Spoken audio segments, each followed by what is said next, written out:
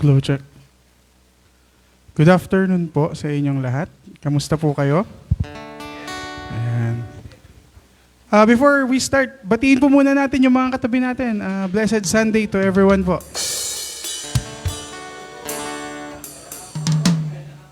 Ayan. Are we excited to declare our praises and glory to our Lord Jesus Christ? Let's all stand up. And sing, I am a friend of God.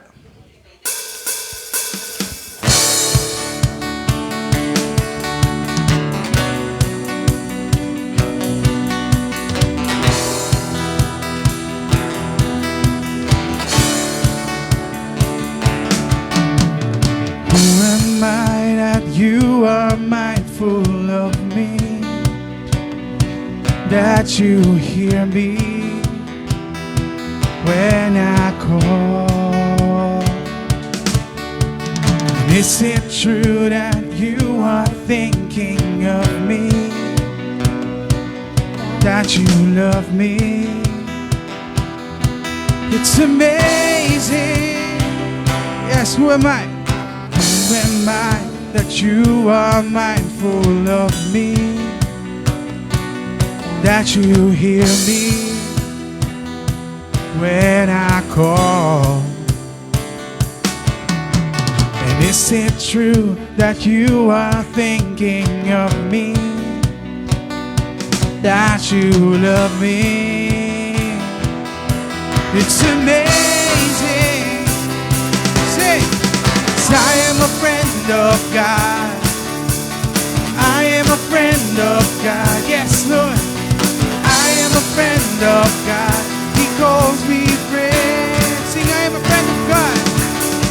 'Cause I am a friend of God. I am a friend of God. I am a friend of God. He calls me friend. Yes, Lord. Let's sing, who am I? Who am I that you are mindful of me, that you hear me when I call? And is it true that you are thinking of me? Yes, you love me, Lord, you love me. It's amazing. Sing, I am a friend of God. I am a friend of God. I am a friend of God. Yes, I am. I am a friend of God. He calls me friend. Sing, I am a friend of God. 'Cause I am a friend of God. Yes, Jesus. I am a friend of God. I am a friend of God. He calls me friend. Yes, you call me friend, Lord. Sing. God Almighty, Lord of glory, you have called me friend. Yes, Jesus, you've called me friend. God Almighty, Lord of glory, you have called me friend. Yes, Lord. God Almighty, Lord of glory, you have called me friend. For the last time, God Almighty, God Almighty, Lord of glory, you have called me friend. 'Cause I am a friend of God. Yes, I am a friend of God. I am a friend of God. He calls me friend. For the last time, I am a friend of God. Yes, I am a friend of God. I am a friend of God. I am a friend of God. He calls me friend.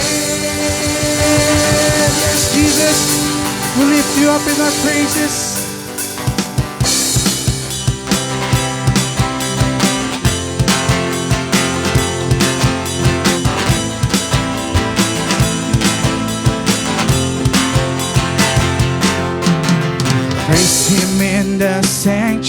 sanctuary. Praise Him in the mighty heavens. Praise Him, all the earth praise Him. Praise Him in wisdom and power. Praise His great and holy name. Praise Him, all earth praise Him. From the rising of the sun, let His praise be heard.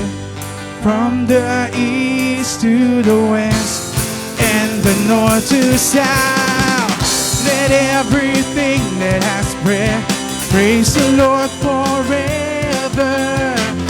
Let everything in my soul praise the Lord. Amen.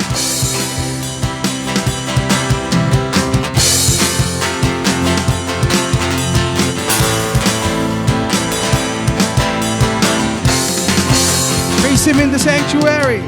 Praise Him in the sanctuary. Praise Him in the mighty heavens. Praise Him, all the earth praise Him. Yes, praise Him. Praise Him in His awesome power. Praise His great and holy name. Praise Him, the whole world praise Him. Praise Him.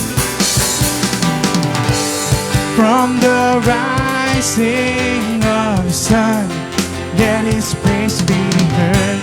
From the east to the west, and the north to south, let everything that has breath praise the Lord forever.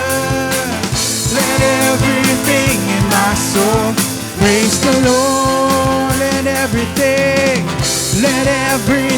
that has breath praise the Lord forever. Yes, praise the Lord. Let everything in my soul praise the Lord. Amen. Yes, we're lifting up everything to you, Jesus. We want to praise you. From the let His praise be heard. From the east to the west, and from the rising of the sun, from the rising of the sun, let His praise be heard. From the east to the west, and the north to south, sing, let it.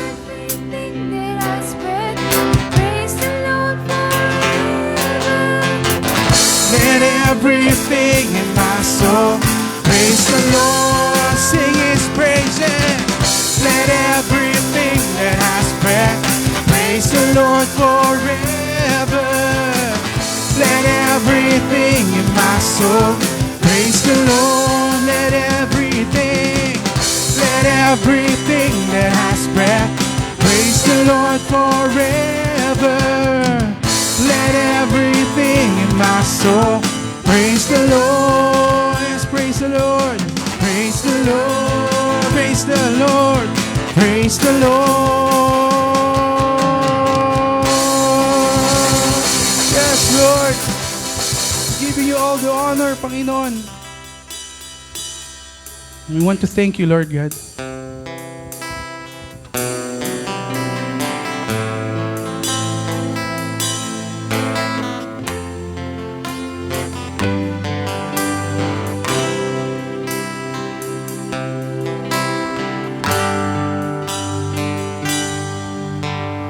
Puso ko'y iyong sinisiyasan. Buhay ko'y iyong alam. Ang lahat kong bihik, O Yahweh, ay tiyak mo ngang nalalaman. Ang lahat ng aking ginagawa sa'yo ay hindi lingid. Sa'yo ay hindi lingid. lahat kong lihim, O Yahweh, ay tiyak mo nga nababatid. Salamat, Panginoon. Salamat, Panginoon. Ang lahat ng bagay ay dilingid sa'yo. Salamat, Panginoon, tinutuwid mo ako. Ikaw lang ang may alam ng aking patutunguhan. Salamat sa'yo, Panginoon. Salamat, Panginoon. Lahat ng aking ginagawa, ang lahat sa'yo ay hindi lingid, Panginoon.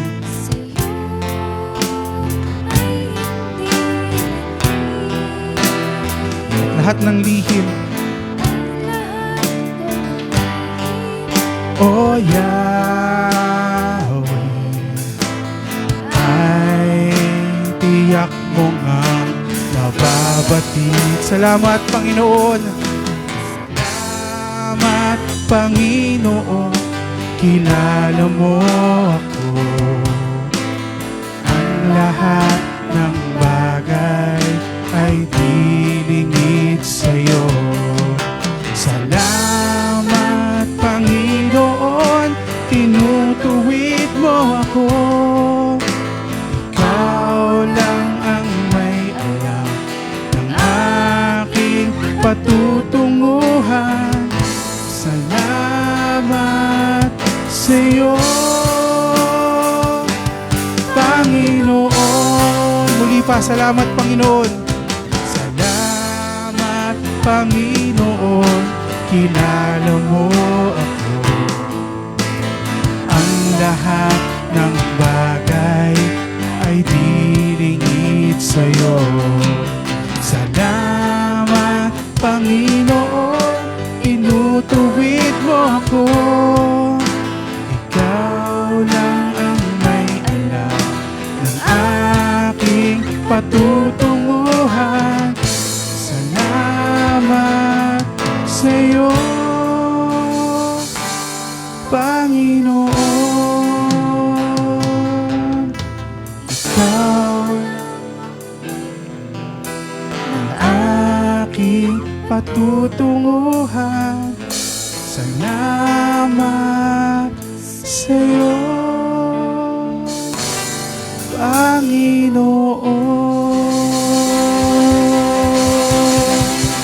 Amen. Maraming salamat po, Panginoon, sa lahat ng ginawa mo para sa amin, sa pag-aalay ng iyong buhay upang magkaroon kami ng buhay na walang hanggan. Maraming salamat po.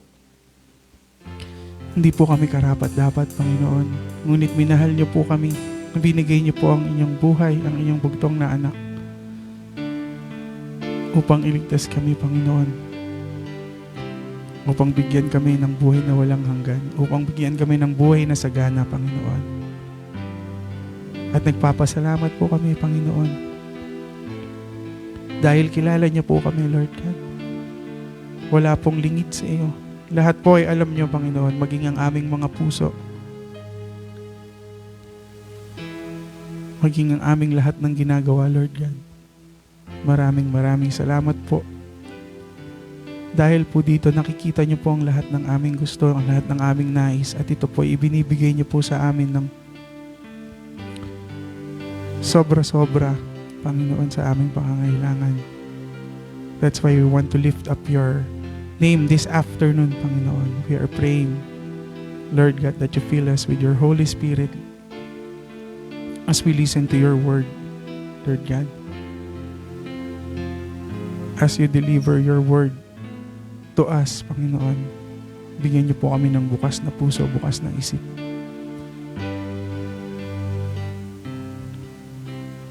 Upang malaman namin, upang maisabuhay namin lahat ng iyong salita. Itinataas po namin ito sa inyo lahat Sa pangalan ng aming tagapagligtas na si Jesus. Everybody will sing. Amen.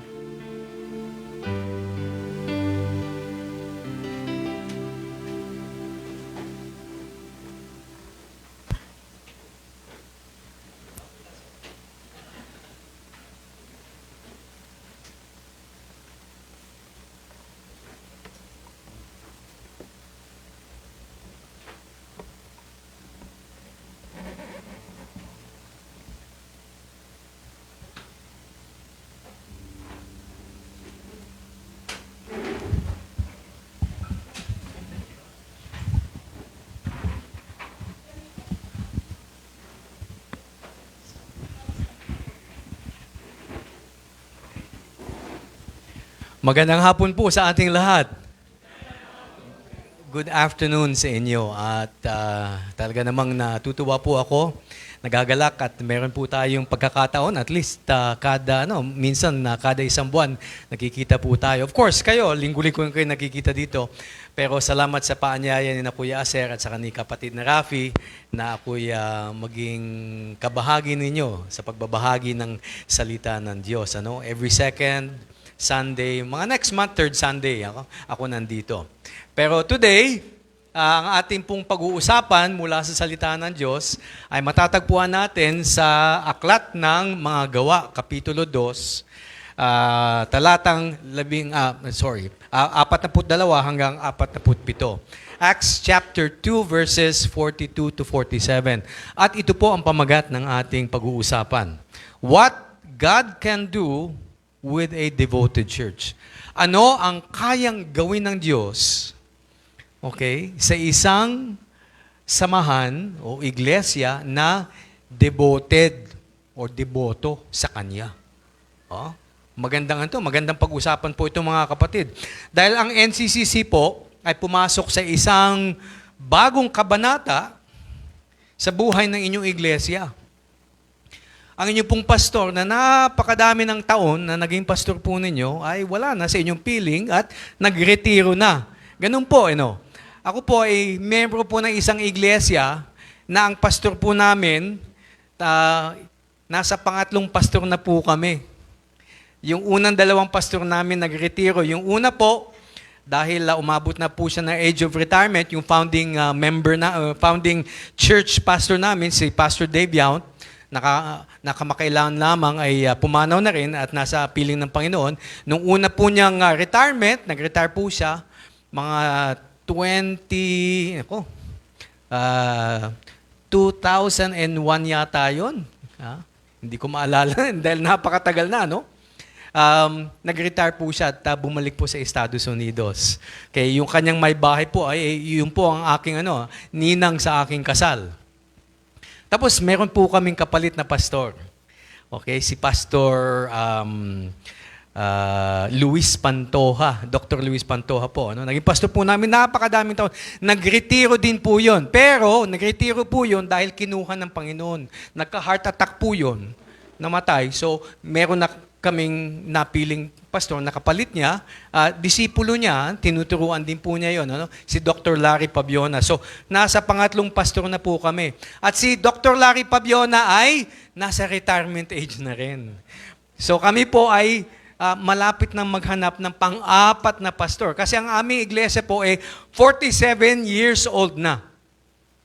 Actually, nasa pang-apat na 8 na Actually, 48 years na yung aming iglesia, ang Green Hills Christian Fellowship. At ako ay po'y naging miyembro doon, formally, 1989, pero 1986 pa lang, nung aking liniligawan yung aking may bahay, nag-a-attend na po ako doon sa church na yon.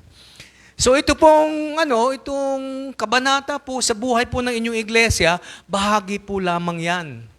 Normal na bahagi sa isang iglesia na nagpapatuloy at committed at deboto sa Diyos. In fact, hindi po kakaiba ang ating eksperyensya doon po sa unang iglesia. Dahil po ang ating Panginoon na siyang pastor nila ay umalis, iniwanan po yung mga disipulo. Pero meron po siyang dalawang, masasabi kong komisyon. Yung isa po, tinatawag na Great Commission, pero Hindi po nasa banal na kasulatan nyo, yung Great Commission. Ang sumusulat lamang po nun, yung mga nag-translate, tawag Great Commission. Makikita natin po yan sa Matthew chapter 28. Di ba? Ang sabi, go and make disciples, ang sabi, of all nations, baptizing them in the name of the Father and the Son and of the Holy Spirit, teaching them to obey all things I have commanded you, and lo, I will be with you always until the end of the age. Pero hindi po yan ang huling pasabi ng ating Panginoong Hesus.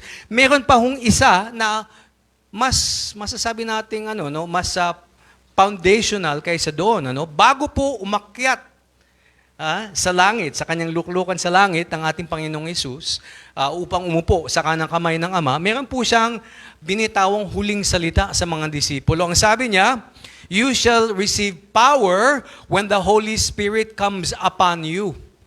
Okay, nasa Acts chapter 1 yan, verse 8. You shall receive power when the Holy Spirit comes upon you.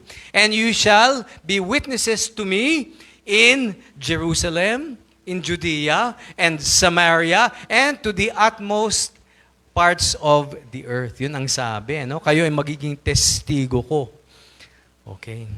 So alam po natin, ang Panginoong Hesus, umalis siya, yung pastor, nung unang iglesia, masasabi natin, at ang naiwan doon, yung mga matatawag natin, mga apostoles, yun po yung mga elders nung unang iglesia, yun po yung mga matatanda nung unang iglesia. So, hindi ho kaiba ang sitwasyon po ng NCCC doon sa una pong iglesia. At ano po ang konteksto nitong chapter 2? Dito po sa unang talata ng chapter 2, makikita natin yung pagdating ng banal na Espiritu. Sabi ng Panginoon Hesus, hintayin nyo ang banal na Espiritu. So naghintay po sila. So ilang araw po yun, magmula nung umakyat ang ating Panginoong Hesus, yung ascension at yung pagdating ng banal na Espiritu sa araw ng Pentecost, ang tawag, Pentecost. 10 araw po yun. So doon sa 10 araw na yun, magkakasama yung mga disipulo, lagi silang nagsasama, nagfe-fellowship at nananalangin. At nung araw nung Pentecost, dumating po ang banal na Espiritu. Pinuspos po ang bawat isa sa kanila. Nabautismuhan ho sila.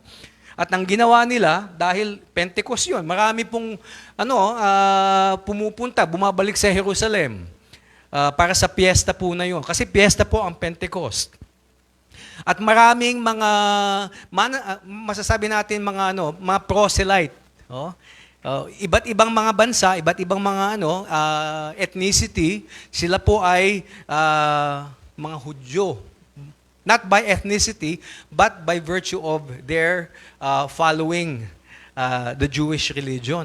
Sumusunod po sila sa relihiyon ng mga Hudyo. At doon po, nangaral po si Apostol Pedro. At yung araw na yun, alam niyo po ba kung ilan nangaligtas sa araw na yun? 3,000. At 3,000 ang hindi lang nangaligtas, binautismuhan nila. Ayan. At dito po, makikita natin, dito sa mga talata natin, kung ano ang mga nangyari pagkatapos po ng araw na yon. So ang tanong is, what God can do? Ano ba ang kayang gawin ng Diyos sa isang iglesia na deboto sa Kanya? Yan, napaka-importante ito. Basahin po natin, Ang sabi dito, and they continued steadfastly in the apostles' doctrine and fellowship, in the breaking of bread, and in prayers.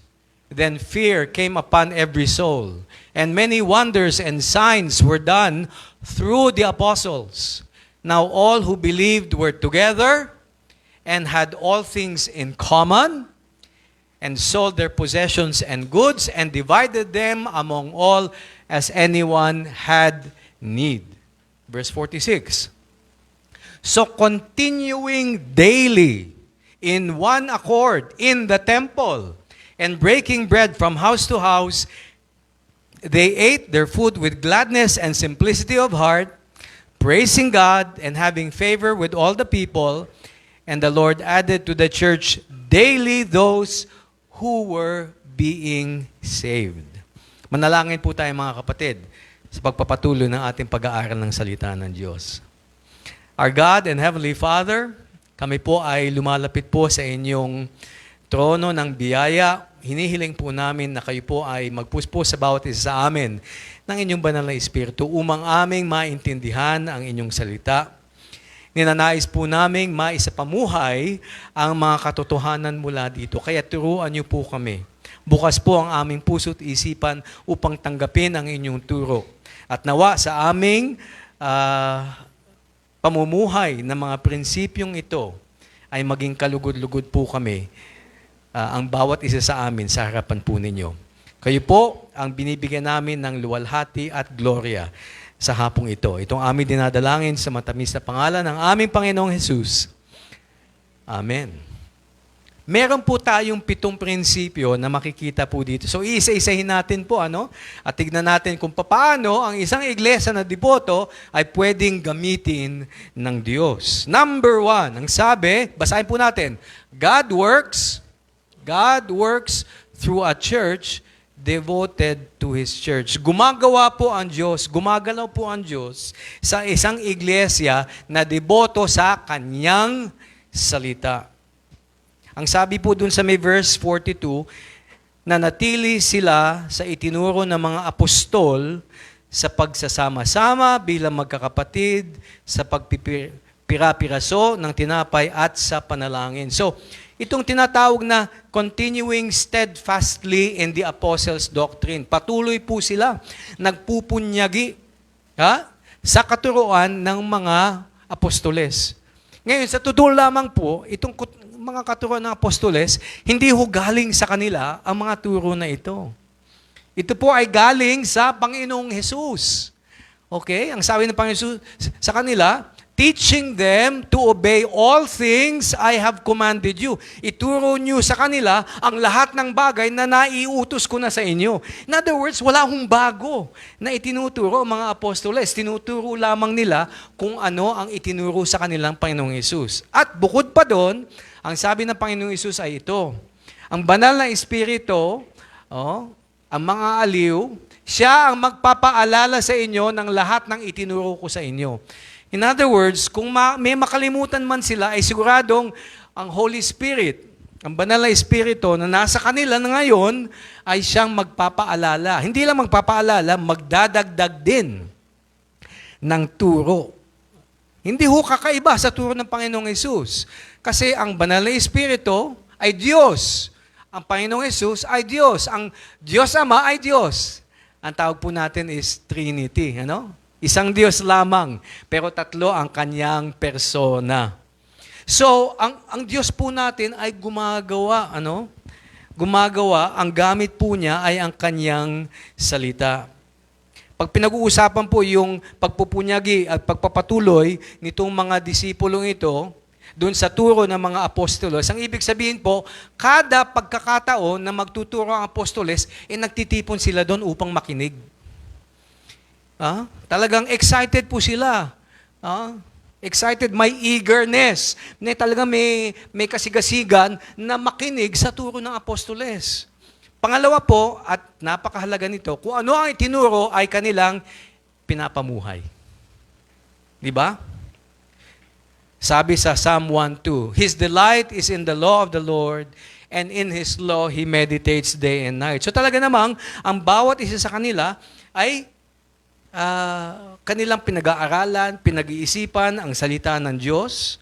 At bakit? Kasi ang salita ng Diyos ay ito. Sabi, all scripture is given by inspiration of God. Ang turo po ay galing, inspirado po yan ng Diyos.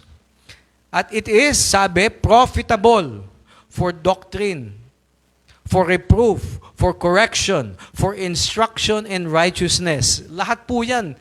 Ang salita ng Diyos ay pwedeng gamitin sa doktrina, para makorek ang isang tao, okay? Para malaman niya kung paano mamuhay ng matuwid. At ang sabi that the man of God may be complete, may kabuuan, walang kulang sa kanya, thoroughly equipped for every good work. So ang isang tao na nagnanais na mamuhay ng may katapatan sa Diyos, na may katuwiran sa harap ng Diyos, ang banal na kasulatan, suffisyente po na mag-equip sa bawat isa sa atin. Kaya ang mga disipulo po, kapag sila po ay nangangaral sa salita ng Diyos, talagang uhaw na uhaw sila sa pakinig sa salita ng Diyos. Sabi sa Colossians 3:16, "Let the word of God, or word of Christ, dwell in you richly in all wisdom, teaching, and admonishing one another in psalms and hymns and spiritual songs, singing with grace in your hearts to the Lord." Pati na rin po, yung ating pag-aawit, kailangan po, consistent po yan sa salita ng Diyos. Hindi po dapat yan inconsistent sa doktrina ng ating itinuturo. Kaya mahalaga po no, na hindi lamang natin pinapaawit o nagpapaawit tayong mga kanta dahil ito yung sikat na sikat, kundi ang katotohanan po ng nasa awit na yon ay sang-ayon sa katotohanan ng salita ng Diyos. Very important po yan. At ang sabi po natin, yung practical Christian living. Sabi, but be doers of the word and not hearers only, deceiving yourselves. Akala natin, ang kabanalan sa pakikinig lamang ng salita ng Diyos. Hindi po. Sa pagpapamuhay ng salita ng Diyos. Doon po natin talaga makikita ang lakas, ang kapangyarihan na magbago o mag-transform ang salita ng Diyos sa buhay ng isang tao. So ang sabi dito, ito po ang encouragement natin dun sa unang punto natin. No? You may not have a full-time pastor, but you have God's full word. Yung Biblia ho natin, hindi kulang. Yun din po ang dami ng aklat na hawak-hawak din po ni Pastor Carding sa Estados Unidos. Yun po, kumpleto din ho ang Biblia natin dito, hindi kulang. Hindi dahil nandun si Pastor Carding, naku, kulang ng salita ng Diyos. Hindi po. At saka nandito din po ang inyong mga elders. Si Kuya Aser at saka si kapatid ni Rafi. Okay? What God used to grow the first church wasn't polished preaching. It was steady devotion to truth. Deboto po sila sa katotohanan ng salita ng Diyos. Okay? If you continue in Scripture, God will continue His work. Kayo po ba ay may uhaw sa pag-aaral ng salita ng Diyos? Napakahalaga po nito. Ako po ay nagsimula ng isang men's Bible study group. 5 years na po itong men's Bible study group na ito. Kami po ay online. Si Pastor Carding ay miyembro ko po doon sa men's Bible study group. So bagamat siya ay nasa Estados Unidos, 7:30 kada Monday evening dito, bukas po ang kanyang internet, kasama ko po si Pastor Carding doon sa aking, kasi miyembro ko po siya doon sa aking men's Bible study group. Hindi po nawawala. Hindi po nawawala si Pastor Carding doon po sa Devoted po siya. Doon po, ako po yung nagtuturo doon sa ako po yung main teacher doon sa Bible study group na yun, po. At itong men's Bible study group namin, 5 years na po, patuloy po kaming walang mintis po ito, linggo-linggo. Kahapon po lamang, nag-face-to-face kami. Kasi itong men's Bible study group na ito ay online. Meron Tigatanay, Angono, Taytay, Binangonan, Marikina, tiga Sambales, tiga Baguio. Meron din sa Amerika. Dati po, may kasama po kami, tiga Canada. Pero dahil na bago yung kanyang trabaho, hindi na ho siya maka-join sa amin. Pero international po yung aming grupo. Talaga nakikita-kita po kami. Walang mintis po ito, linggo-linggo. For 5 years na po. Pero every so often, meron kaming once every quarter o kaya once every trimester, nag-face-to-face po kami. So nag-staycation kami nung Biyernes, punta ho kami ng Pampanga. 12 ho kami doon sa isang sakyan, punta ho kami doon. Tapos namalengke ho kami nagluto. Actually, ako yung tigaluto nila. Ako na nga nagpapakain ng physical, pati spiritual. Ako din nagbibigay ng devotion. Pero po lahat ng mga dito sa men's Bible study group na ito, puro humanggagawa at mga pastor, mga elder po. Kasi wag ho nating isipin, dahil elder po lamang, hindi niya na kailangan ng may nagdidisipulo sa kanya. Hindi po totoo yun. So sila po ay talagang nagpapasalamat dahil meron kaming ganitong grupo, nagsasama-sama po kami, nagpapalakasan po kami sa buhay Kristiyano. At meron hong common sa aming lahat. Doon sa aming grupo. uhaw ho kami sa pag-aaral ng salita ng Diyos. Committed po ang bawat isa sa amin. Kasi alam namin yung aming mga ministry, tumitibay, lumalakas, kapag ang salita ng Diyos ang sentro ng aming gawain. Ganon din po nung unang iglesia. Ang katotohanan po ng salita ng Diyos ang siyang ipinangangaral ng mga unang disipulo. So yun po that's our first point. Pangalawa, God strengthens a church that shares life together. Pinatitibay ng Diyos ang isang iglesia na pag nagsasama-sama sila, may buhay silang, they have a united life. Sabi dito, and fellowship in the breaking of bread. Ngayon po, yung pag sinabi natin fellowship, koinonia, ito po yung pagbabahagi hindi lamang ng mga bagay-bagay, kundi pati buhay nila. Ibinabahagi nila ang buhay nila sa isa't isa. Hindi ho sila kaiba sa isa't isa. Parang iisa ho. Okay? Napakahalaga nun sa isang pagsasama. Hindi lamang dito na parang bang nagsama lang tayo sa isang kwarto. Hindi po. May pag-uugnay sila sa bawat isa. Oh, may kaugnayan. Ito pong aking relo, pamana po sa akin ng aking ama. Alam po natin na itong analog, may mga digital na relo din, Ito po, siguro pag pinaghiwa-hiwalay ho itong relo na ito, siguro may mga 100 na piyesa ito. Pero pag ito po ay pinaghiwa-hiwalay, yung mga piyesa, ilinagay sa isang kahon, bagamat magkakasama at inalog, at binuksan, hindi ho niya kayang ibigay ang oras. Bakit? Hindi ho kasi sa buo. Bagamat, kumpleto ang pyesa. Dahil walang kabuuan, hindi niya kayang gampanan ang kanyang tungkulin na magbigay ng oras. So, ganun po, ang isang iglesia, parang reluho.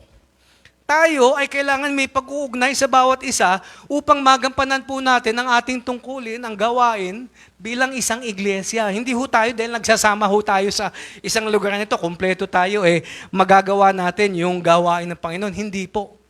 Kailangan ho may kaugnayan ho tayo, pag-uugnay sa bawat isa. Yun pong ibig sabihin ng fellowship.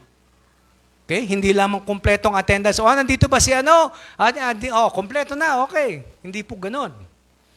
Kailangan po natin, yung buhay natin, ay naiuugnay natin sa buhay ng ating kapwa NCCC member. At sabi dito, in the breaking of bread. Pag breaking of bread, kasi noong unang panahon talagang ang tinapay, kasama ho sa pagkain yun .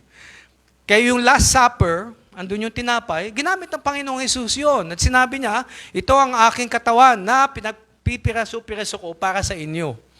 Pero talagang kasama po yun. Talagang may kainan. Kaya nga, Lord's Supper, talagang nagkakainan po sila. Ngayon po, ang kainan po napaka-importante para sa ating mga Pilipino. Hindi po ba, pag nagsasama tayo, mahilig tayong kumain .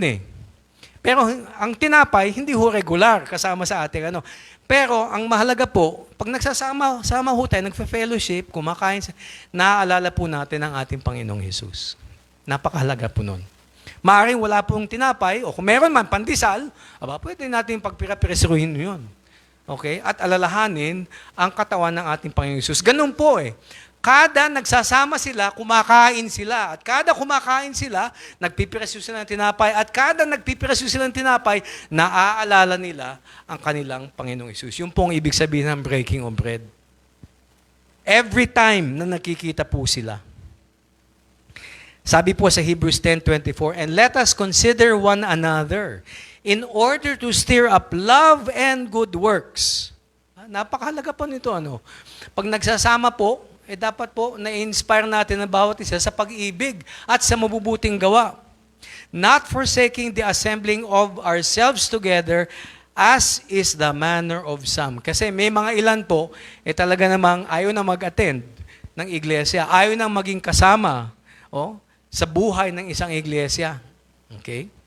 Okay na sa kanila na hiwalay sila. Pero sabi dito, exhorting one another and so much more as you see the day approaching. Pagpapalapit na po ang pagdating ng ating Panginoon Hesus, lalong dapat po umiinit po yung ating pagsasama sa isa't isa, at lalo pong nagiging excited po tayo.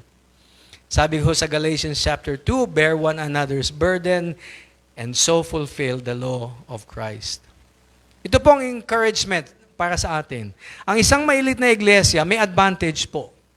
Meron po. Ito po ang advantage, a real chance to know and care for one another deeply. Kaya niyong makilala talaga ang bawat isa at ma-involve sa buhay ng bawat isa. Kasi maliit po ang iyong iglesia. Okay? Meals, communion, conversations, burdens, all shared. This is the kind of community that reflects Christ and attracts others. Doon po sa Green Hills Christian Fellowship, libo po kami. Pero sa totoo po, hindi ko nakakausap yung libo na yon.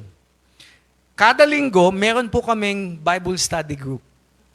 Ang tawag po doon sa growth group namin, Mamas and Papas. Medyo malaki yon, pero pinagpiraso-piraso din namin. Doon sa grupo namin, mga 10 kami. Pero linggo-linggo, devoted ho kami sa isa't isa na magkikita ho kami online upang mag-aaral din ng salita ng Diyos. Every Friday po yon. Okay? Nakikita po kami. May mga panahon na maaring dahil busy, may kailangan gawin, at may absent, may sakit, ganon, namimiss namin yung Friday namin. Pero bihira po yun. 90% of the time, nakikita po kami. Okay? Napakahalaga po na meron ho kayong ganoon na pagsasama at pagkikita dito sa inyong iglesia. Hindi lamang po yung dito, lingguhan. Okay po ito, yung face-to-face na ito. Pero maganda, yung nagsasama kayo para mag-aral ng salita ng Diyos. Nag-uusap kayo together. Talagang ang salita ng Diyos nasa harapan ninyo. Okay? Inaaral ninyo. At nananalangin kayo para sa bawat isa. At of course, paminsan-minsan, magkikita kayo at kakain. Doon sa aming Bible study group na yon, talagang ang hilig po namin, kape at saka pagkain. So, pagkatapos ng mga ngayon nasa kami, 2 Kings. Natapos na namin yung 1 Kings. Pagkatapos po ng 2 Kings na pag-aaral namin, magkikita po kami siguro mga 2 Saturdays from now, breakfast, diyan po sa may Maginawa. Meron ho diyang magandang kapihan, doon po kami magkikita at magfe-fellowship lamang kami. Pero talagang, sabi ko nga, yung libo doon sa GCF, hindi ko po nakakausap lahat yon. Pero yung nakakausap ko lingguhan, 10 tao. Plus of course, yung aking men's Bible study group. Napakahalaga po nito. Number 3. Ito po ang sabi, God listens to a church that prays together. Nakikinig po ang Diyos sa isang iglesia na nananalangin. Ano po ang ibig sabihin ng panalangin? Galing po itong salitang to pray, okay, yun po ang verb, at prayer, okay, yung noun. Ang to pray, ang ibig sabihin, proseuchomai, is to express a wish, okay, towards God. Okay? Ating sinasambit sa Diyos ang ating mga naisin, ang ating mga pangangailangan, ang ating mga kahilingan. Wala ho tayong takot na humiling sa Kanya. Parang isang ama na ibinibigay sa kanyang anak na minamahal kung anong hinihiling ng anak na yun. Ganun po ang pag-ibig ng Diyos para sa bawat isa sa atin. Kaya hindi tayo dapat natatakot na lumapit sa Diyos at humiling sa Kanya. Yung mga kahilingan po natin. So dito nga sa verse 42, nanatili sila sa itinuturo ng mga apostol, sa pagsasama-sama bilang magkakapatid, sa pagpipiraso-piraso ng tinapay at sa panalangin. Okay? Ang panalangin po, may nagdi-define po, prayer is talking to God. Hindi lamang pakikipag-usap. Kasi marami pwedeng type ng pakikipag-usap. Maaari kang mag-complain sa Diyos. Panginoon, itong nangyari po sa akin today. Bakit po? Pwede nyo sabihin sa Diyos yun. Alright? Lament po ang tawag doon. Kaya meron lamentations Panaghoy. Di ba? Meron din pakikipag-usap sa Diyos na pagpupuri. O Diyos, kayo po ay dakila sa lahat. Yan. Pakikipag-usap din sa Diyos yun, pero pagpupuri po ang tawag doon. Ang panalangin po, ang ibig sabihin ay paghihiling. Panginoon, ito po ang kailangan po namin bilang pamilya. Ito po ang kailangan po namin bilang isang iglesia. Okay? Ibigay niyo po sa amin ang aming kinakailangan. Give us this day our daily bread. Yes? And forgive us. Yun po ang ginamit ng Panginoong Hesus. Di ba? Sabi ng mga disipulo, Lord, teach us to pray. O, di ba? So, tinuruan niya, Our Father, who art in heaven, hallowed be your name. Ibig sabihin, i-hallow mo ang inyong pangalan. Di ba? Thy kingdom come. Paratingin niyo po ang inyong kaharian dito sa lupa. Thy will be on earth as it is in heaven. Nawa mangyari ang inyong kalooban sa langit, pati na rin sa lupa. So, itong panalangin po ito ay paghihiling na gumalaw ang Diyos. So, ang Diyos po nakikinig po sa panalangin. Sabi nga sa Philippians 4:6, be anxious for nothing but in everything. May exception po ba? Wala exception daw. In everything, sa lahat daw, ano? Lahat. In everything, by prayer and supplication, with thanksgiving na may, di ba? Pasasalamat, let your requests be made known. Napindot, ayan. Ito po, let your requests be made known to God. Ipaalam niyo sa Diyos ang lahat ninyong mga kahilingan. Huwag ho kayong mahiya sa Diyos. Siya ang ating Ama na nagmamahal sa atin. Prayer may not always seem powerful, but it is. Okay? When this church bows down together in prayer, you are doing spiritual battle. Nakikipagsapalaran po tayo sa buhay spiritual. You're depending on God and He honors that dependence. Pag isang tao ay ayaw lumapit sa Diyos at magbigay ng kahilingan, parang ipinahihiwatig na sa Diyos, Diyos, hindi ko kailangan ng tulong mo. Kaya kong gawin ito. Maski hindi kayo involved sa buhay ko. Hindi po. Hindi po totoo yun. Nais po ng Diyos ma-involve sa buhay natin at nais niya na maging dependent po tayo sa Kanya sa lahat po ng ating mga kinakailangan sa buhay. Ang sabi, you don't need polish. Hindi ho kailangan maganda o highfalutin yung mga panalangin natin. Kailangang nananalangin tayo. Ipinaalam natin sa Diyos na kinakailangan natin ang Kanyang tulong sa buhay natin.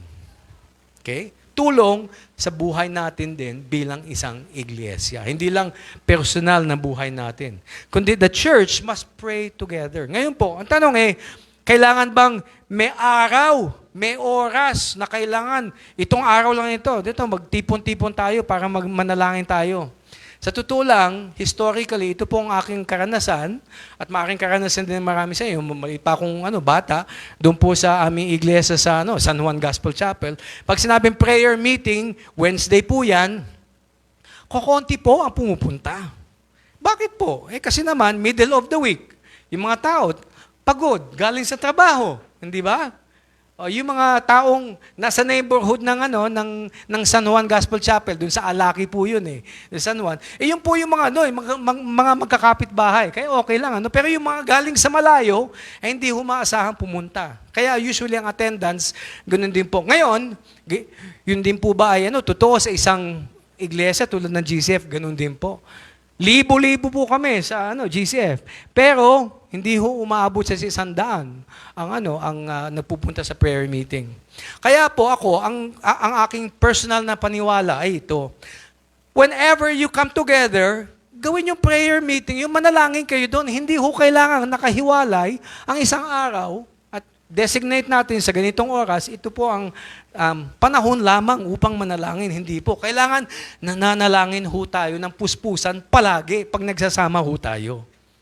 Okay? Prayer should always be part of meetings. It should not have a separate meeting na parang hiwalay. Hindi. Sama po natin. Pag nagsasama-sama ho tayo, breaking of bread, sama ho natin ang panalangin doon. Pakita natin sa Diyos na siya ang kinakailangan na nagde-depend ho tayo sa Kanya. Okay? Number 4. Number 4.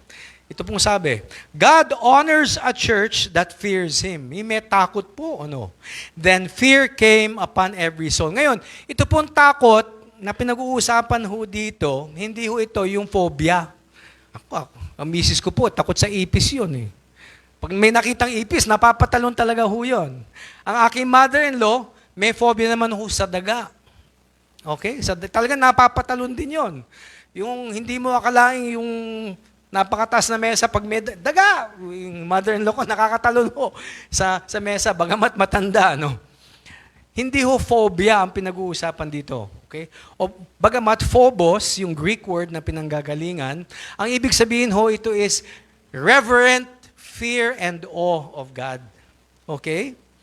Yung bang, yung takot na may halong reverensya sa Diyos.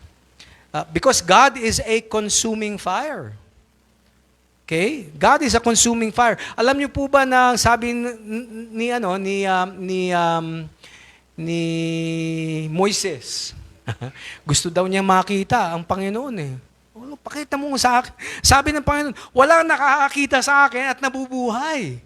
Talagang masusunog ka eh. Because God is a consuming fire. Anyway, sabi po dito ito, no? Therefore, since we are receiving a kingdom which cannot be shaken, let us have grace by which we may serve God acceptably, ito po, with reverence and godly fear. For God is a consuming fire. Yung talagang katangian ng Diyos bilang holy being. Okay? Siya ho ang naglikha ng lahat ng bagay eh. Talagang powerful po ang ating Diyos. Makapangyarihan ho siya eh. Para siyang apoy eh. Parang araw. Hindi pwede hong nakatitig sa araw at hindi humabulag. At wala ding nakakatapak sa araw na hindi nauubos. Ganun po.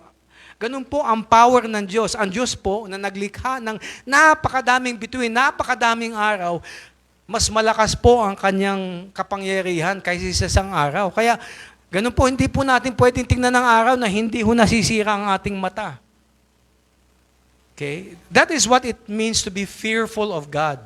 We are fearful of God because of His nature, because of who He is, because He is holy. He is our Creator. He is mighty. He is above all things. He is our God. Pero dito po sa kontekstong ito, nakikita po natin, kaya po sila nagkaroon ng takot sa Diyos dahil sa dahil sa maraming himala at kababalaghang nagawa sa pamamagitan ng mga apostol, naghari ang takot sa lahat. In other words, they were not fearful of God, they were reverent of God. Dahil po sa nakita po nilang mga mirakulo. Okay? Nung early church po, talagang napakadami mga mirakulo. Pagpapagaling, pagpapalayas ng mga demonyo, okay? Pagpapabuhay ng mga taong kamamatay lamang, okay? Yung mga sakit, nawawala ang mga sakit. Ganun po, no? Ang ginagawa ng early church. Kasi sabi ng Panginoon Hesus, pinangako niya sa kanyang mga disipulo, yung mga ginagawa ko, magagawa din nyo. At mas higit pa, sabi ng Panginoong Hesus. Wow. Kaya naman po, lumago ang iglesia. Ang sabi po dito, what makes a church powerful is not personality, but presence. Ang presensya po ng Diyos. The presence of God. When we honor Him with reverence, He works among us, even a small church. Okay? Bagamat maliit ang iglesia natin, it becomes a holy place where the fear of God fills the room. Ang takot po natin sa Diyos, dapat po nandito sa ating kapulungan. Hindi yung phobia na, yung parang, takot ako sa Diyos. Hindi yung gano'n, Hindi yung gano'ng klaseng takot. Pero yung reverent fear and awe of God. Yung talagang malalim na pagrespeto, pagmamahal, sa ating Diyos. Number 5. God uses a church that cares generously. Sabi natin dito, dito sa unang iglesia, nagsasama-sama ang lahat na sumasampalataya at ang kanilang mga ari-arian ay para sa kanilang lahat. Ipinagbili nila ang kanilang mga ari-arian at napagbilhan ay ipinamahagi sa bawat isa ayon sa kanyang pangangailangan. Hindi ito utos na parang, sige, benta ho ninyo ang ano nyo. Tapos sino po ba ang ating treasurer, church treasurer, si Kapatid na Rapi, Bigyan natin yung pera natin kay Kapatid na Rapi, tapos siya po ang mamamahala ng lahat po nating pera. Hindi ho yun ang itinuturo po dito. Pinapakita po dito yung pagiging generoso ng bawat isa upang tumulong sa mga mas nakabababa. God uses a church that cares generously for one another. And sabi po sa 1 John 3:16-18, by this we know love, because He laid down His life for us. And we also, tayo din daw po, ought to lay down our lives for the brethren. Bibigay natin ang buhay natin para sa kapatiran.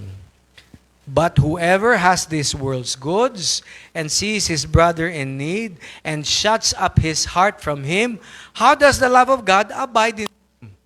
Paano natin masasabi na ang Diyos at ang pag-ibig ng Diyos ay nananahan sa atin kapag meron tayong kapatiran, nakita natin may pangangailangan, at meron naman tayong may ibibigay, ayaw nating ibahagi sa Kanya. Paano natin masasabi na ang pag-ibig ng Diyos ay nasa atin? Yun ang sinasabi ni Apostol Juan dito, mga kapatid. My little children, let us not love in word or in tongue, but in deed and in truth. Pag sinabi nating, mahal ko ang aking kapatid sa Panginoon, pag may pangangailangan, itulungan po natin ang bawat isa. Yan po napakahalaga po niyan. Ang pagiging kapatid po sa Panginoon, parang kapatid po natin, physical, di ba? Yung talagang physical brothers and sisters po natin, sa pamilya po natin, tinutulungan natin kapag may kailangan po sila. You may not have a lot, but you have enough to help someone in need. Hindi ho kailangan marami, hindi ba? Kundi may tulong.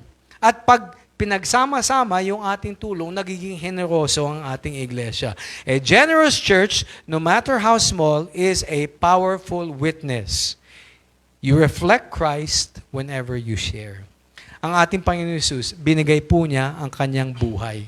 Ang Diyos, binigay po niya ang kanyang bugtong na anak.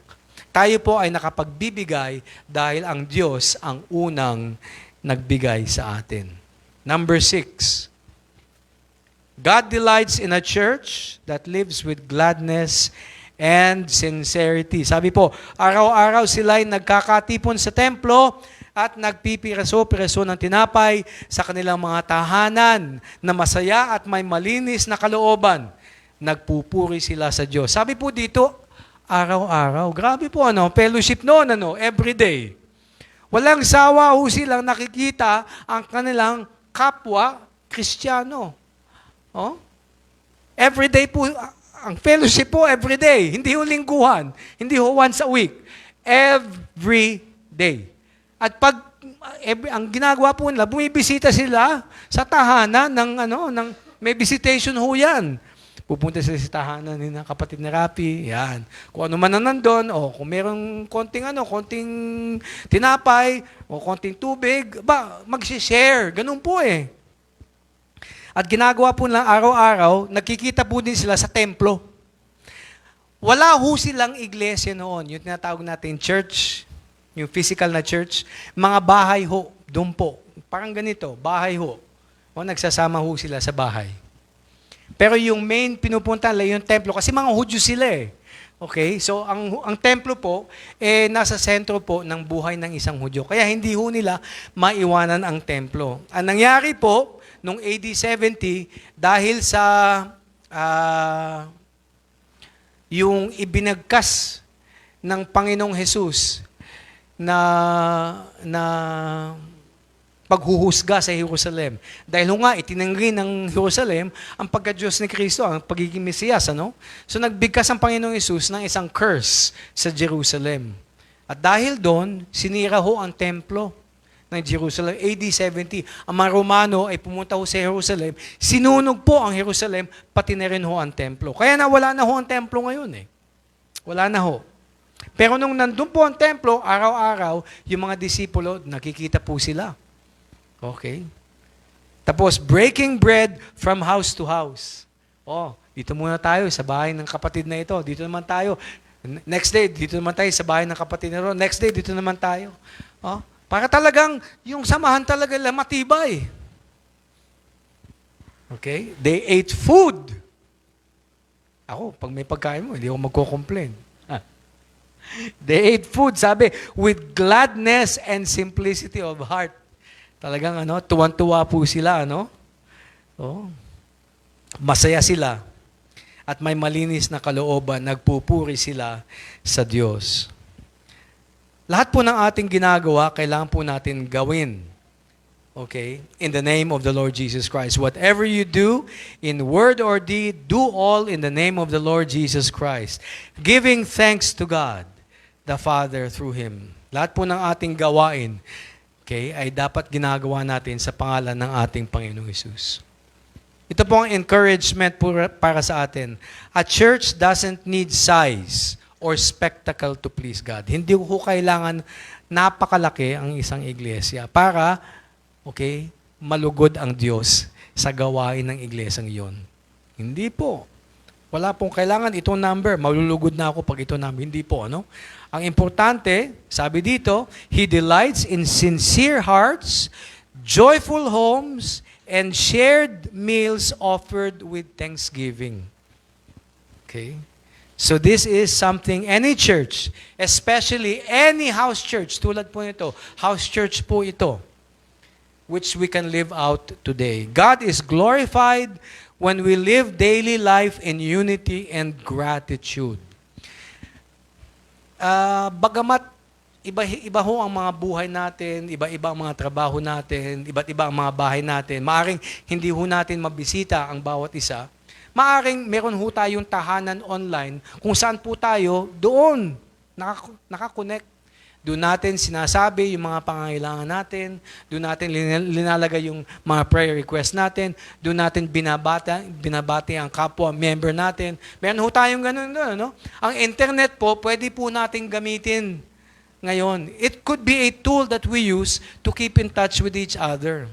Doon ho sa Bible study group namin, yung men's Bible study group ko every Monday at yung Bible study group ko sa GCF every Friday, meron ho kami on Viber ho para doon sa sa aking Bible study group sa GCF. Every day ho, nagkakamustahan kami doon. May mga jokes pa kami doon.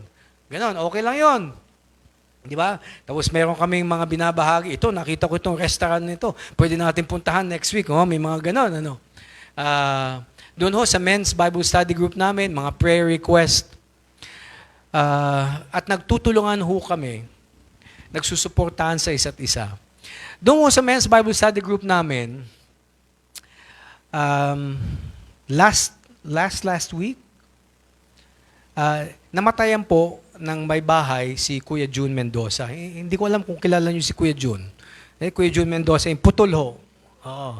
JP ang tawag sa kanya JP, June Putol. Kasi putol ho yung kanyang kanang kamay. Okay, na-aksidente po yun nung siya binata. At maraming taon ho, ang feeling namin, si Kuya June, baka hindi na magpakasal. Nung siya lumipat po doon sa Castillejos, may napaibig kay Kuya June. Nagpakasal ho si Kuya June. Medyo may katandaan na, pero nagpakasal. At kami kilalaman po, last year, actually, mga December of last year, nalaman na ang kanyang may bahay ay nagkaroon ho ng cancer. At ito po ay kumalat na nasa buto na niya. Kaya after 7 months, namatay po si Ate Tita.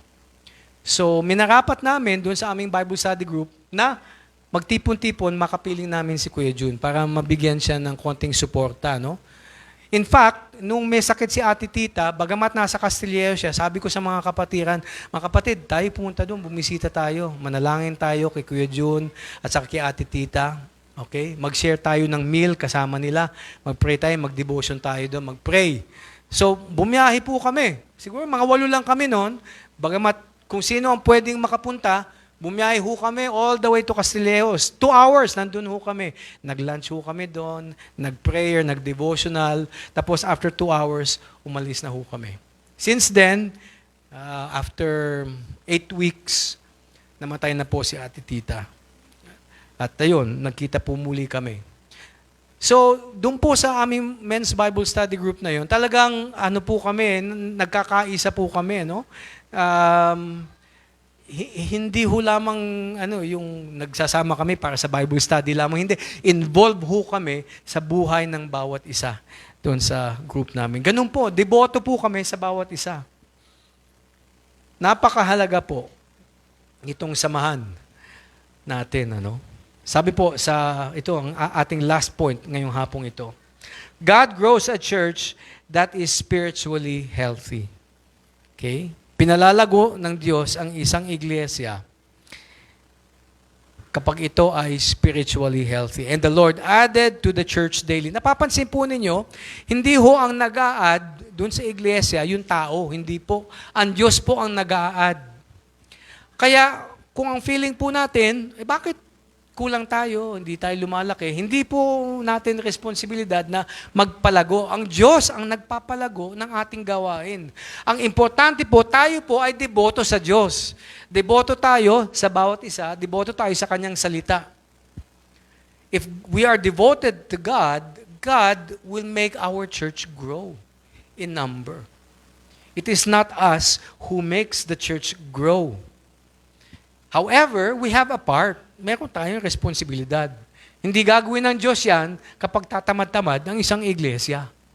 Hindi po ba? Sabi nga ng Panginoon, you shall be my witnesses. You shall be my witnesses. When the Holy Spirit comes upon you with power, you shall be my witnesses. Tayo po ay may kapangyarihan. Nasa atin po ang banal na Espiritu, nananahan po siya sa atin lahat. Kaya meron na po tayong kapangyarihan. Huwag ho tayong dapat matakot na ibahagi ang Ebanghelyo. Doon po gumagawa ang Diyos sa pagbabahagi. Ang sabi, and they went out and preached everywhere, and the Lord working with them and confirming the word through the accompanying signs. Amen. In other words, meron ding kasamang mga mirakulo. Sa kapanahunan natin ngayon, ang mirakulo po na pinag-uusapan natin, yung pagbabagong buhay. Yan, binago ako ng Diyos eh.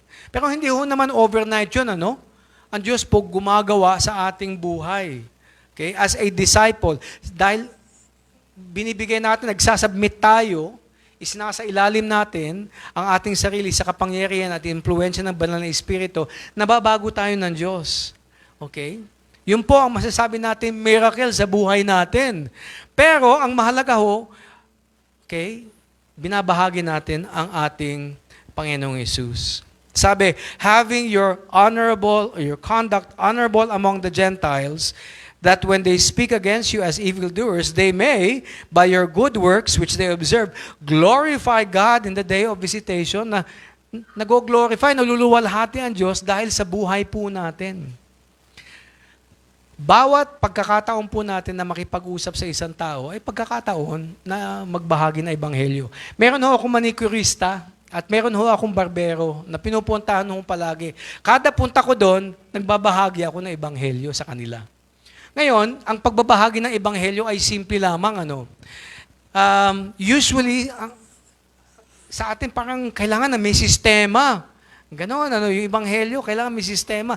At dahil wala akong alam na sistema, paano ko masishare ang gospel? Pag pinag-aralan po natin ang aklat ng mga gawa, nakikita po natin, ang Ebanghelyo ay ang kwento ukol sa kung sino ang Panginoong Hesus, ano ang ginawa niya sa krus ng Kalbaryo, at ang kanyang pagkabuhay ng maguli. Ang Panginoong Hesus ay Diyos na nagkatawan tao. Okay? Namatay siya sa krus ng Kalbaryo para sa kabayaran ng kasalanan. At ilinibing at sa pangatlong araw ay nabuhay na maguli. Ito po ang Ebanghelyo, ito po ang nagliligtas. Kung sino po ang nananalig sa mga katotohanan ito, ay may buhay na walang hanggan. Yun po ang sabi. Ganun po ang sinabi ni Apostol Pedro. Pag binasa po natin Acts chapter 2, ang pinag-usapan lamang niya kung sino ang Panginoong Hesus. At nung na-realize nung mga tao na yung pala ang Panginoong Hesus, ano ang kailangan lang gawin? Ginamit po yung salitang repent doon. Pero ang ibig sabihin ng repentance sa banal na kasulatan, pagbabagong isip at puso. Kailangan magbago ang inyong pagtanaw kay Kristo. Yung dati nyong naipako sa krus, siya ang inyong Mesiyas at tagapagligtas. At kayo yung magpabautismo. Yun po ang ibig sabihin. So, nung araw na yun, tinanggap nila ang Panginoong Hesus bilang kanilang Mesiyas at sila'y nagpabautismo, kaya sila nangaligtas. Yun pong aking manikurista. Hindi ho pedicure kasi meron ho akong ingrown eh. Masakit po yung ingrown na toenail ko. Kailangan iba ho maglinis nun. So, at least once a month, dinadala ko yun. So, last week, Thursday, so yung aking manikurista, linilinis po yung aking kuko. Tinanong ko siya, Iha, hindi ba't Katoliko ka? Opo. Naniniwala ka ba na si Kristo ay Diyos? Opo. No? Naniniwala ka ba na siya'y namatay sa krus ng Kalbaryo para sa iyong mga kasalanan? Para sa kasalanan natin? Opo, naniniwala po ako. Naniniwala ka ba na siya'y nalibing at nabuhay na maguli? Ay, opo. Alam mo ba, ang sabi sa banal na kasulatan, pag tayo nananalig sa mga katotohanan ito, ay tayo binigyan ng buhay na hanggan. Pinatawad na tayo ng ating mga kasalanan. Ay, ganun po ba? Pinatawad na pala ang mga kasalanan natin? Tanggap mo ba yun? Opo. Hindi ho mahirap magbahagi ng ebanghelyo, mga kapatid. Pag-usapan lamang ninyo ang katotohanan ukol sa Panginoong Hesus. At pag naniwala ang tao na yon, pwede nyo ibigay yung pangako na ang lahat na naniniwala sa mga salitang ito ay may buhay na walang hanggan. Kasi po ito, ang ebanghelyo ay isang mensahe. Ang mga salita na yan ay binigkas ng ating Panginoong Hesus. Ito po ay mga salita ng buhay. These are the words of life, ang sabi. Mga salita ng buhay. Kasi pag pinaniwalaan nyo, itong mga salitang ito, pinaniniwalaan nyo ang Panginoong Hesus na nagbigkas ng mga salitang ito. Ito po ay ang kanyang salita. Ang sabi ng Panginoong Hesus, I am the way, the truth, and the life. Okay? No one comes to the Father except through me. Kapag pinaniwalaan po natin ang mga salita ni Kristo, ito pong mga katotohanan ito po ay nagbibigay ng buhay, eternal na buhay. Alright? Pag nalaman po ng isang tao ito, then pwede natin silang idisipulo. Gusto mo bang mamuhay ng disipulo na ayon sa ninanais ng Diyos para sa iyo? Then we can continue on discipleship. Kasi po, ang discipleship, panghabang buhay po yan. Di ba? Ang evangelism, maski isang araw lang, maaari ng mga ligtas ang isang tao, pero ang pagiging disipulo ay panghabang buhay. Growth is God's business. Ang pagpapalago, gawain ho na yan ng Diyos. But He grows what is alive. Kailangan may buhay ho itong ating iglesia. So focus on our spiritual health. God will bring the increase. Your size is not your limitation. It is your opportunity to let God shape every heart that is here. Ang laki ho ng ating grupo dito ay hindi hadlang. Ito po ay pagkakataon upang hubugin ng Diyos ang bawat puso na naririto ngayong hapong ito. So, ito pong conclusion po natin, mga kapatid. You don't need to try and be like a big church down the street. May mga malalaking mga iglesia dyan. God is not looking for performance. He is looking for what? Devotion, pagiging deboto po. Yung pong hinahanap po sa bawat isa sa atin. So keep bowing before Him in the Word. Patuloy nating iyuko ang ating sarili sa pamamagitan ng Kanyang salita, sa panalangin, sa pamagmahal, sa bawat isa sa atin. That is how the early church thrived. Okay? And if you walk that way, kung ganito po ang ating paglakad, uunlad po ang ating iglesia. Hindi ho lamang sa dami, kundi din ho sa lalim ng buhay spiritual. Manalangin po tayo, mga kapatid. Aming Ama, salamat po sa inyong salita. Salamat po na may kapangyarihan ang mga katotohanan mula sa inyong salita. Ang aming ninanais dito po sa buhay ng iglesyang ito ay ang bawat isa sa amin ay maging deboto sa inyo at sa inyong salita at sa aming Panginoong Hesus na siyang nagligtas sa bawat isa sa amin. Nawa o Diyos, sa aming pagiging deboto, gamitin po ninyo ang bawat isa sa amin upang lumalim ang aming pagkakilala sa inyo, lumago ang aming buhay Kristiyano, maging matibay ang aming pananampalataya at ang aming patutuo para sa aming Panginoon Hesus. Huwag ho kami nawa magkaroon ng takot o pangangamba sa aming mga puso kapag aming ibabahagi ang mga katotohanan ukol sa Panginoong Hesus. Magkaroon kami ng tapang at lakas ng loob na pag-usapan siya sa bawat pagkakataon na meron kami. At nawa, gamitin nyo ang bawat isa sa amin upang maging katulad ng aming Panginoong Hesus na siyang aming Panginoon, na ninanais naming maging imahe siya sa aming buhay.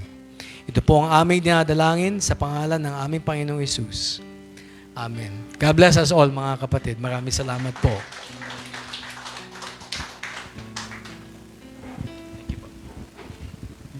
Maraming salamat po, Kuya Dylan, sa mabuting salita natin, Panginoon.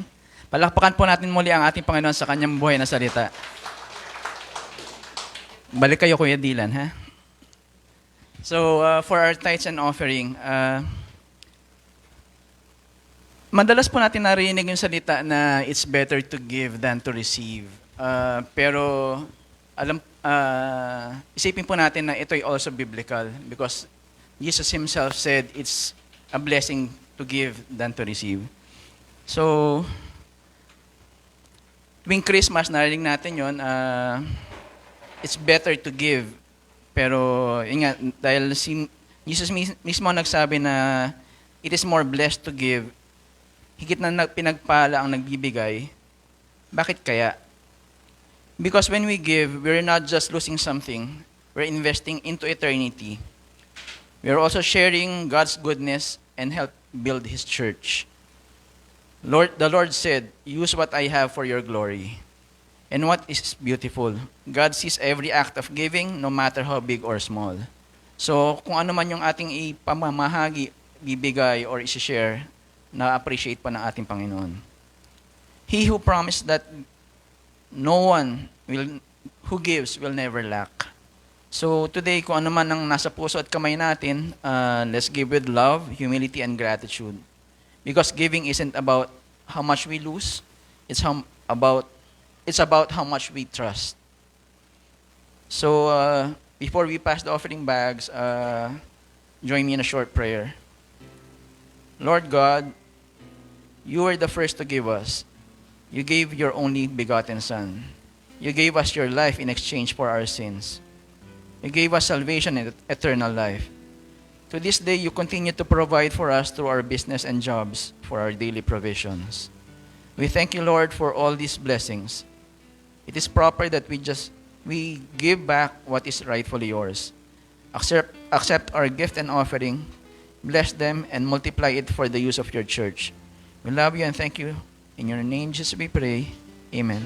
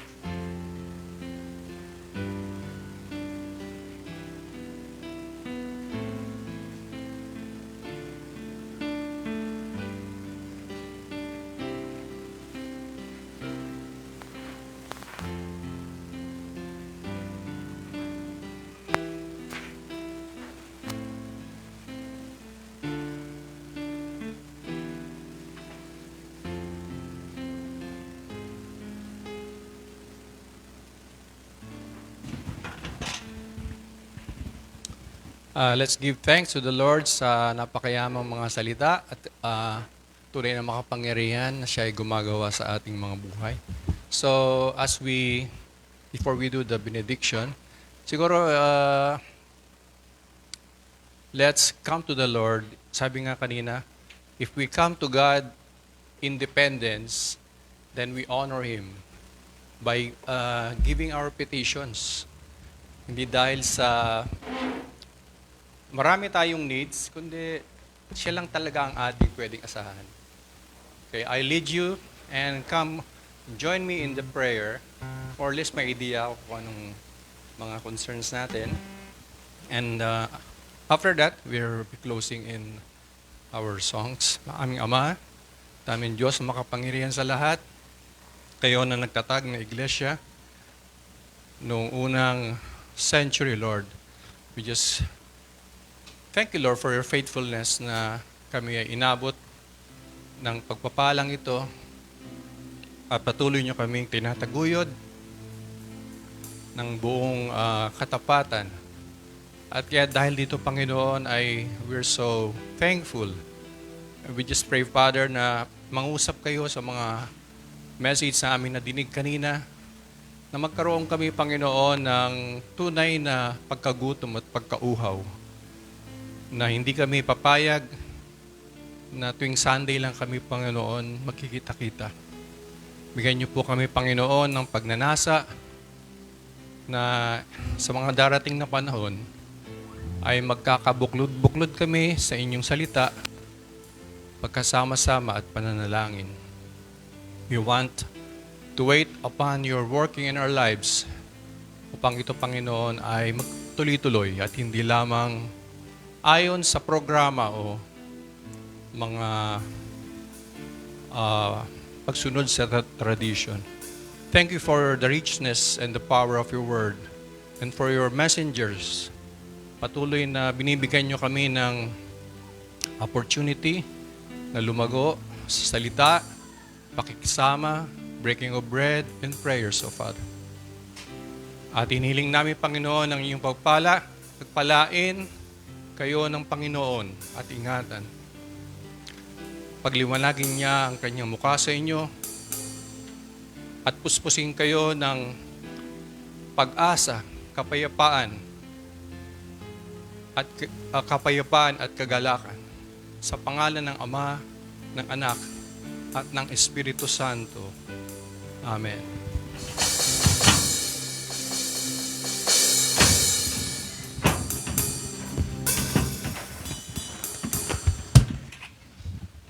Amen. Let's all stand and give our highest praises to our Lord.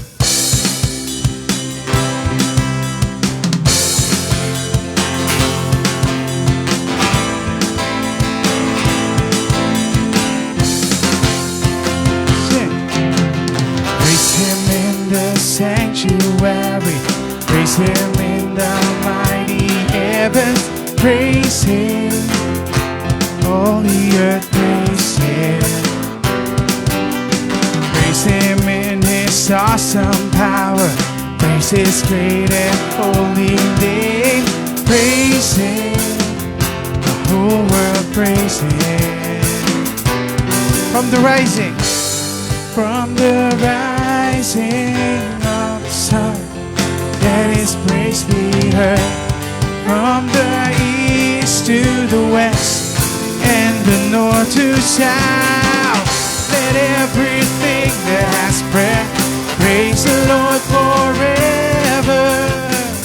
Let everything in my soul praise the Lord. Yes, Lord.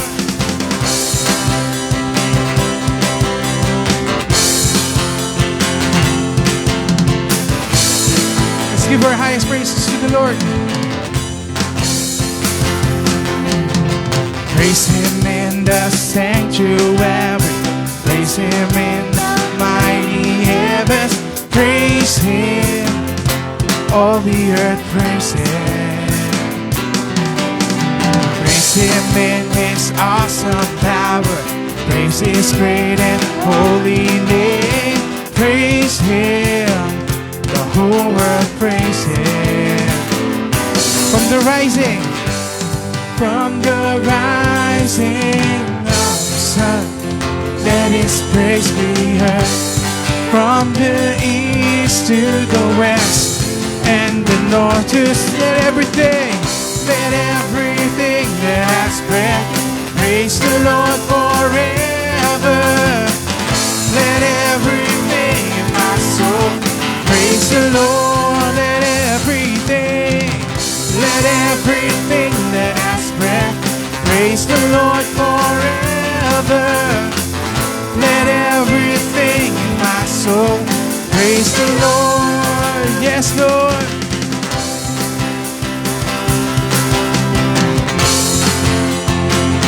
We're lifting up everything to you, Jesus. Let's all sing. From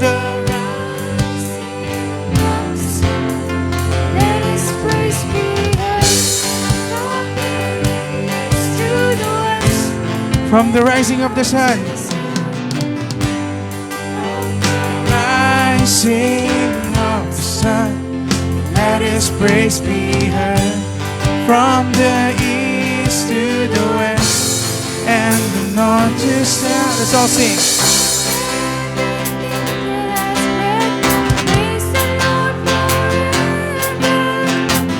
Let everything in my soul praise the Lord. Sing.